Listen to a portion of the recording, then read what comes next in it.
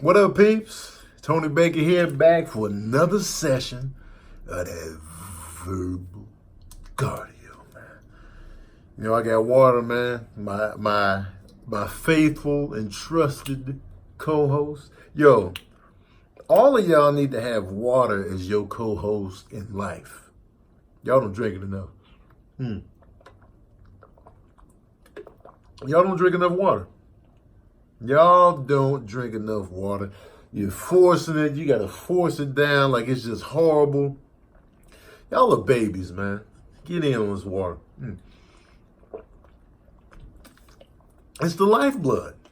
It's the lifeblood. I kind of wish we shut down fast if we didn't have enough water. Like, I wish our bodies were set up like vehicles to where if you ain't got no gas, you just run out of gas right then and there. If you don't fill it up on the regular, you know what I'm saying? Like, yeah, you'll die of thirst, but I feel like it take a while, and y'all be drinking other stuff to kind of mask you to the fact that you think you don't need water. I'm telling you, man, y'all need it.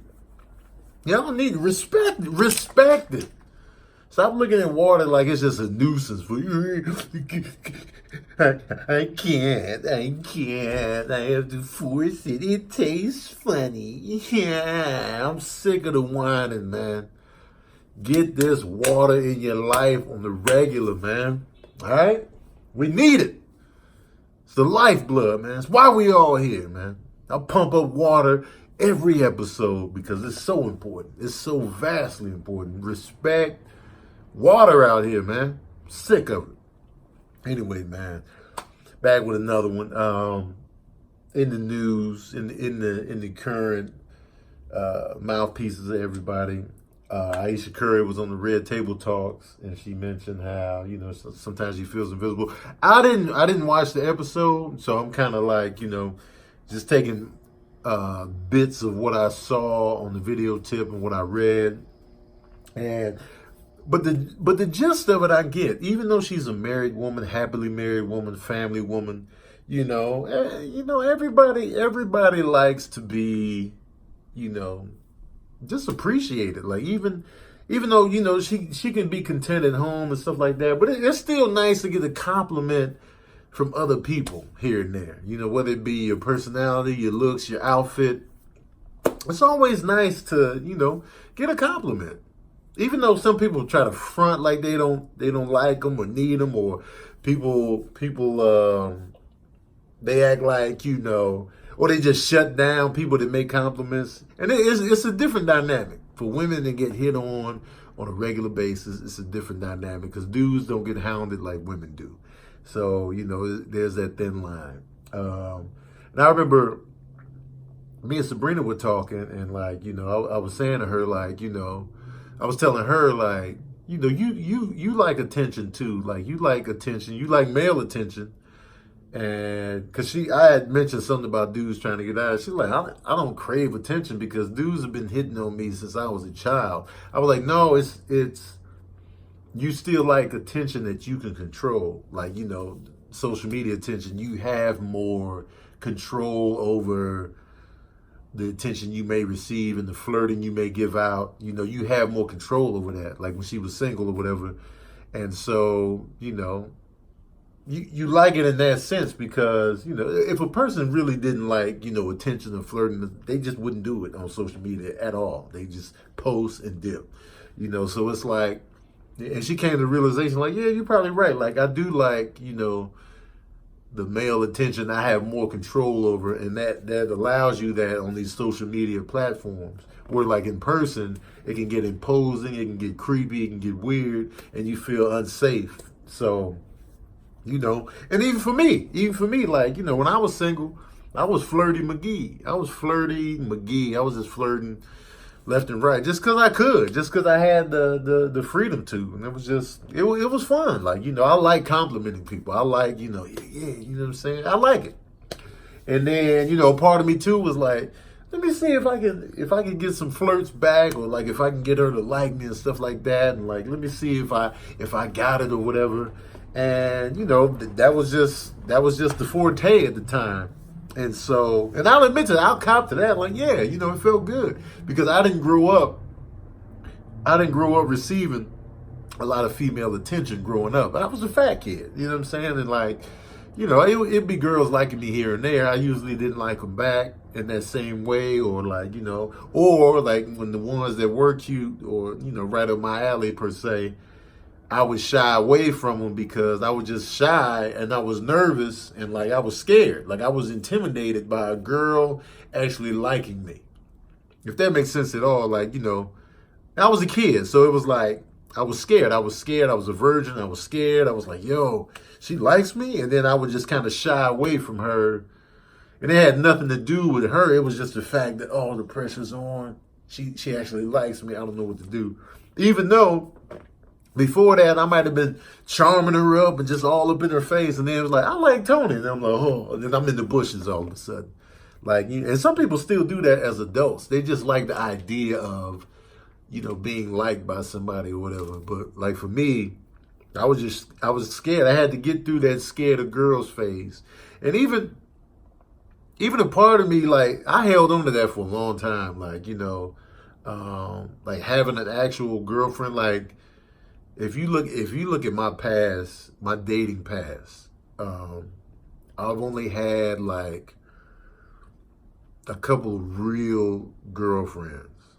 Like, my ex-wife, my first girlfriend, my ex-wife, and Sabrina. Those are my 3 actual girlfriends where I was openly like, yo, this is my girlfriend, this is my woman, this is who I'm with. There was none, because a lot of people say, well, I didn't claim, this, that, and the third. But then you find out later on, you were telling certain people that, yes, this was your boyfriend. You called this your boyfriend or your girlfriend in certain circles. There was none of that with me. This was like, there's only 3 that were like officially we together. There was none of that, me calling people, yeah, you my girl, or this, that, and the third. These 3. And so everybody else was just like, hookups, smashing, hanging out, making out, but they were never official. And so, so in that regard, it was like I never had the urgency to like, oh, I need to have a girlfriend. I got to have a girlfriend. Like and certain people need that. Even if they don't claim it, they still be like, they got to have somebody that's considered like, this is my boo or whatever. This is my boyfriend for the time being, or I don't really want to be in this relationship, but I'll get in one, because, even though I don't really need, since you asked, I'll say yes. That ain't never been my forte. I'd be like, nah, I'm cool. I don't want to take it that far. But even now, like, it feels good when women compliment me. Like, even now, like, I admit to that. Like, it feels good. Like, it feels good to me. Like, yo, all right, cool, thank you. Like, it makes me feel good about myself. Like, even though Sabrina compliments me all the time, it still feels good hearing it from elsewhere. Like, I'll be honest. Like, I'm not saying I need it or like, yeah, she complimented me. Now I want hers. Well, it's not even like that. It's just, it's nice to hear. It feels good. And like I was telling Sabrina too, I was like, because you get hollered at all the time in public, in the streets, in the comment section, in the DMs. And it's not like that with me. It's not like, occasionally certain people say certain things, but it's still, when you do the stack for stack, female against male, we're like way down here in the compliment district as opposed to, where the average female is. Like, you got some supermodel, fine looking dudes, they might be up a little higher, but when you got regular cats like myself, it's way lower than like your girl. And so it seems like Ayesha Curry is on the other side to where, Steph Curry's getting all this attention and then she's like down here. So it's kind of like a switch when usually it's the other way around. And so, and not to say that Ayesha Curry is not an attractive woman, an appealing woman or anything like that. She's very, very cute, very pretty. And she's like goals for a lot of men. Like she's like a quality example of a wife for a lot of men. Like, that she's like the standard, like a Claire Huxtable type vibe. She's like the standard for, a lot of men. Like, man, I could use that. I like that. It's like a woman you could wife up. And, a lot of dudes see her in that regard, and that's a good thing. You know what I mean? Like, yeah, you got these other women that might have major sex appeal, but how long term is that? How heavy is that in the long term scheme of things? Like, outside of sex, what else are these other women bringing to the table besides that? When you got an Ayesha Curry, you're like, man, this is a good woman, can hold the family down, can hold the house down, could be a good companion to me on the road when we're going out. It's a good look, you know what I'm saying? She doesn't have a long list of messy dating history, all of that. It's what men look for, you know what I mean? So, but I get it, man. I see where she's coming from. Like, a lot of people just don't want to be just appealing to just one person on the planet. I mean, that would make you feel like kind of less than, in a sense. Even though you may be happy with who you're with, it's still a nice feeling. Like, you know what I'm saying? So I get it. And for me, like, the older I get, I have my insecure moments. I have my biggest insecurity in terms of, and like I said, like when it comes to my looks, I feel like I'm cool. I guess I'm cool at appealing to some, not appealing to others. You know what I'm saying? It's whatever. I know my personality is the strongest suit, and but I don't think I'm ugly in any way. But I just think I'm cool. Whatever. And so my biggest insecurity is just like trust issues. Like I don't trust easy. Like and that's my main thing. Like with you. It doesn't really come down to a jealousy thing because I just seek truth. Like, I know there's better looking dudes than me. They come in with the six pack, they got the chiseled looks, the eyes, you know what I'm saying? But I feel like, or they even got money, material things. They got a lot going on. But I feel like I can hang with any man on the personality tip when it comes to, I feel like I have a dope personality, and that's what gives me the edge when it comes to like other dudes. And even still, like even if I feel like we on the rocks or something like that, I'll be like, yo, what's up with you and him? It's not like I think he's better than me. It would come down to like we've been fighting over here, we've been having a lot of friction, we've been butting heads. Is this dude, because that's how a lot of cheating starts. It starts with friction in the relationship, and then you're kind of communicating with like a third party, and that communication can turn into like feelings or like attraction or to open up that you feel like you can't do with your main partner, and then that's when you start tiptoeing into dangerous territory with the cheat. And so that can get real hairy right there. You know what I mean? And so I don't know. I think the Ayesha Curry thing just opened up a lot of like dialogue between, how people perceive things, how people, view themselves, how people view others. And, a lot of dudes like, oh man, it's a bad look on Steph and this, that, and the third. And I'm like, I don't think it's a bad look on Steph. I just think that's just how, excuse me. I just think that's how she felt. And, I respect her for opening up. And, like, I didn't see, like I said, I didn't see the full episode. But, it be like that sometimes, man. You know what I mean? And so that's my take on that whole Ayesha Curry thing. And a lot of people have been talking about that lately. A lot of people, too, have been talking about the last episode of, I almost called it Lord of the Rings, Game of Thrones. And they had the coffee cup in the shot.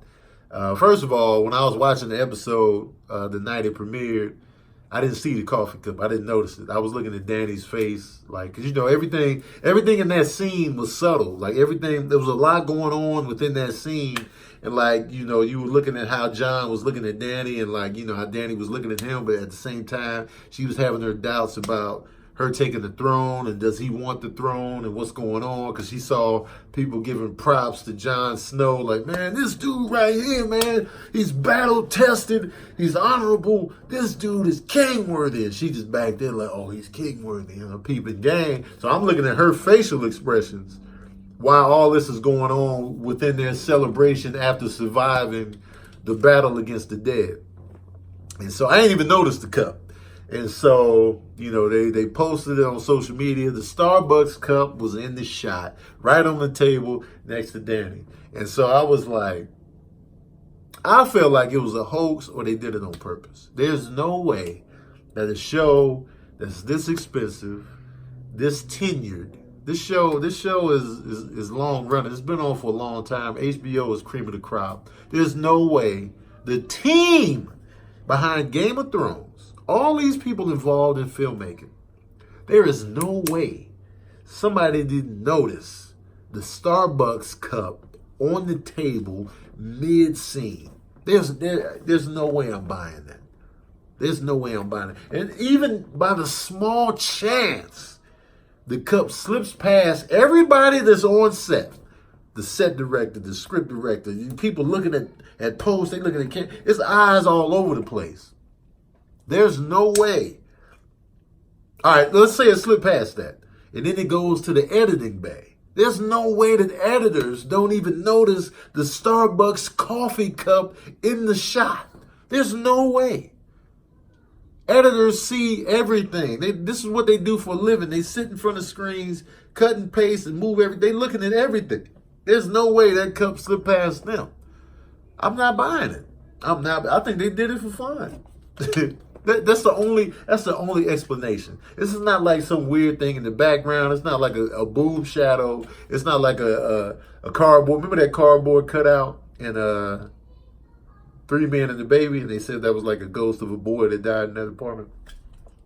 So like, this is not stuff like that. This is a blatant Starbucks coffee cup in the Game of Thrones era. That's a huge, like, yo, what's up with the cup? There's no way. There's no way I'm buying it. I'm not buying it. They did it on purpose. I'm taking that to the grave. Taking it to the grave. There's no way. There is absolutely no way that slips through the cracks. I'm sorry, man. But people have been talking about that heavy. And like, I just don't buy it. This is the final season. All eyes are on this show. Nah, man. Nah, I'm good on that. I'm not buying it. I'm not buying that $2 for $1. Also, I wanted to address, it was certain things that people wanted me to tackle on verbal cardio. So I'm going to touch on a few things that, people brought up and see what I can mention on here. You know what I'm saying? Why not? Why not, man? Shout out to my patrons, the bakery, man. I appreciate y'all, man. We out here. How long, somebody asked, this is Bees Knees McGee on Instagram asked this one. How long is a friend supposed to wait for another friend to watch something before they can talk about it without spoiling it? A couple of days? A week? Should it be dependent upon whether it's a movie or a show? What are the terms? Okay. Bees Knees McGee. Here's the thing. It depends. You know your friend better than we do. Okay? It depends on your friend. If you know your friend likes to take these sweet time getting around and stuff, then you just be like, you know what? I'm sick of you. Like, you might have that cheapskate friend or that friend that's be like, yeah, I'll watch Avengers when everything dies down. They watch it like 5 months later. Then it's just like, come on, man, please. Now, how long are you supposed to wait before you can talk about it without spoiling it? Now, it's like, with your friends, you want to discuss. It's fun discussing with your friends the same show, the same movie.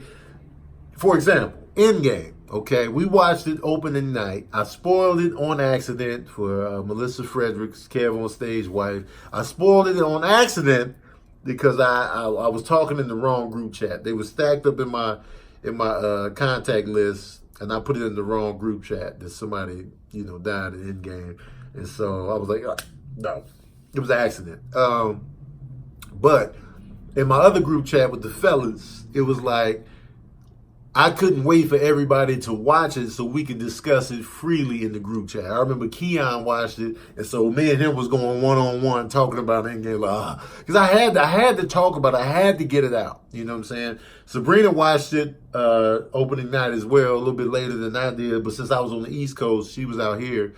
We couldn't discuss it till the next day. So it was like, man, I couldn't wait to discuss it, but you had to honor the spoiler code in the group chat. But everybody in the group chat, thankfully, watched it in a reasonable time. Everybody watched it pretty quickly. Even DC. I think DC was the last one that we were waiting on because me and Chaz watched it fast, and Keon and Keenan, and then we were waiting for DC. Brandon Lewis, we just didn't care. We wasn't waiting for him. We was just like, because he's barely in the group chat anyway. We was like, man, the hell with him. We're going to talk about it when us 5 watch it. There was 6 of us in the group chat.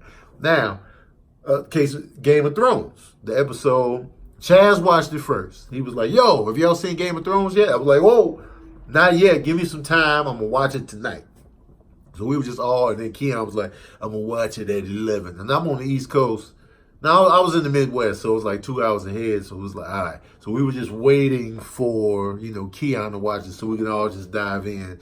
Keenan doesn't watch the show, so the hell with him. And so it's mainly just me, DC, Keon, and Chaz talking about it.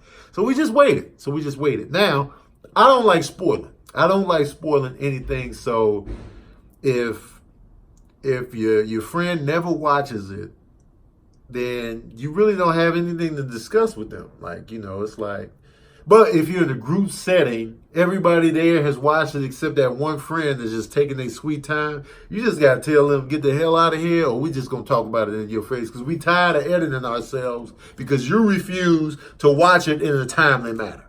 So I would say this.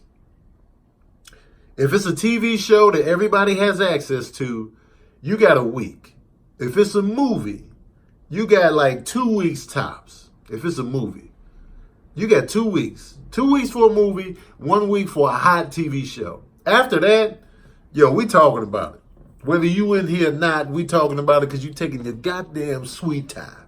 So to answer your question, Bees Knees McGee, it's going to be 1 week for a hot TV show. That's a 7-day week. 2 weeks for a movie. That's a full 2 weeks for a movie. So that's my take on it. Let's see what else they talking about. Farrakhan being banned on Facebook. Farrakhan, Minister Louis Farrakhan, we all know who he is by this point.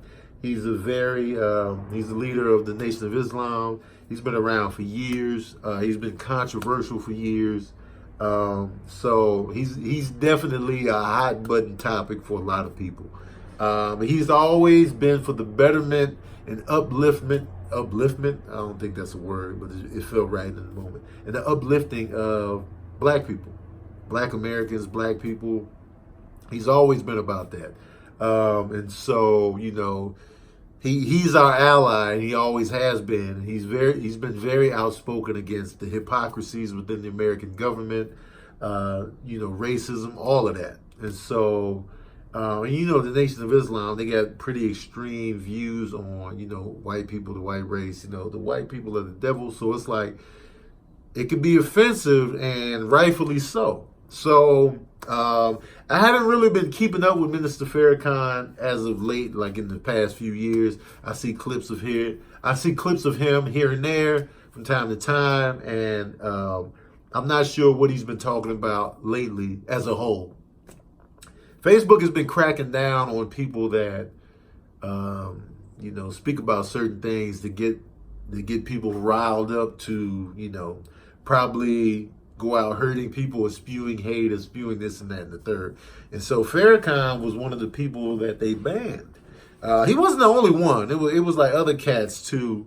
So it wasn't just a targeted black guy, but it was like, other cats too. But Farrakhan, they got the attention of my base, which is primarily black. It's like, how do I feel about that? Well, for me personally, I feel like Facebook, the tight assery of Facebook is epic because they already deleted my fan page once. They put me in jail for everything. It's just like, they're tight asses at Facebook. And so going in, I already know that. Now that they're going to start cracking down on what people are talking about, in the post, it's like, I'm not surprised that Facebook is doing this.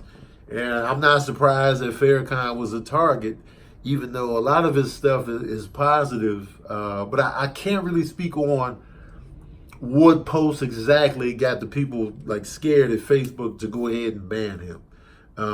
So I'm not entirely sure. But I definitely know that Farrakhan has always been like a hot button. But like, when you watch his full speeches and stuff like that, you feel empowered.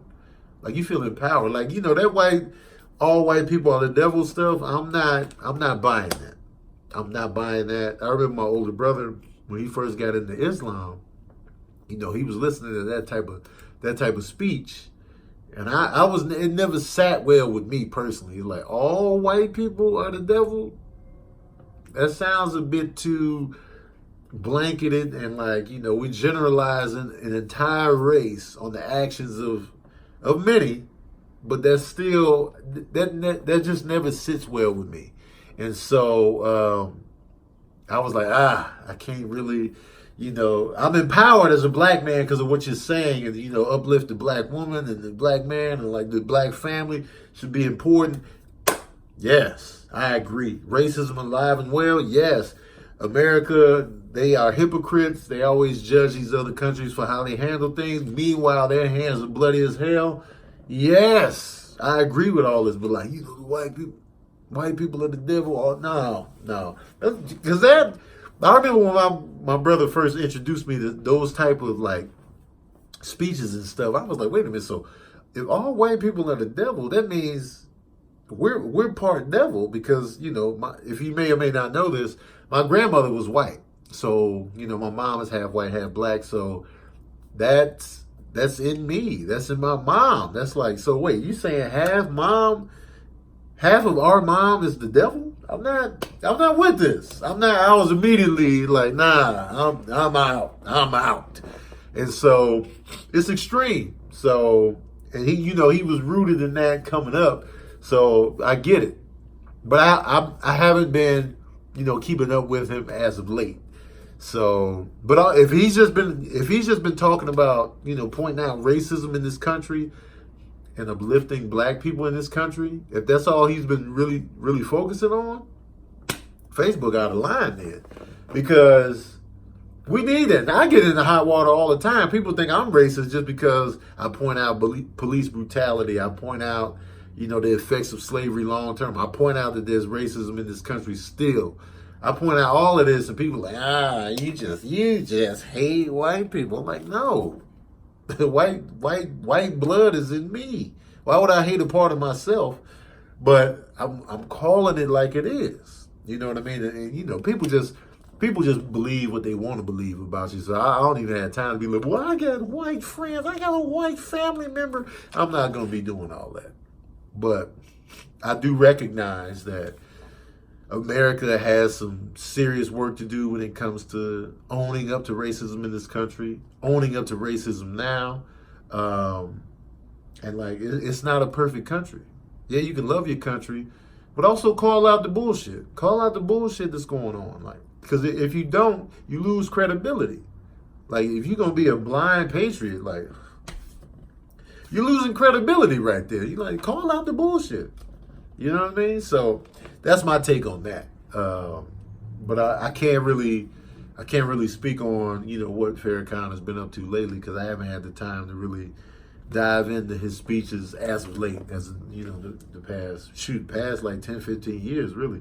So, but I definitely know that he has our best interests at heart as people of color in this country.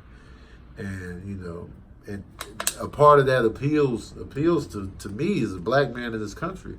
It empowers me in a sense. But if he out here spewing hatred against like whites and Jewish people, I don't side with that at all. So it's a tough one, man. Facebook out here cracking down. They need to just quit cracking down on me, because I'm sick of it. Sick of it, Facebook. You know what I'm talking about? But that was just a touch on the questions that people have been asking me to tackle on verbal cardio. That was just a little sample right there. So I'll do this more often and stuff like that. So I want to thank y'all for tuning in to another session. Thank you to my patrons, the bakery, man. I appreciate y'all so much, man. Thank you. It means the world to me. We're gonna keep it rolling, keep it moving, man. I appreciate it all. I appreciate the love. I appreciate y'all sharing me with your family and friends. It's all love, man. And thank y'all for tuning in to another session of that verbal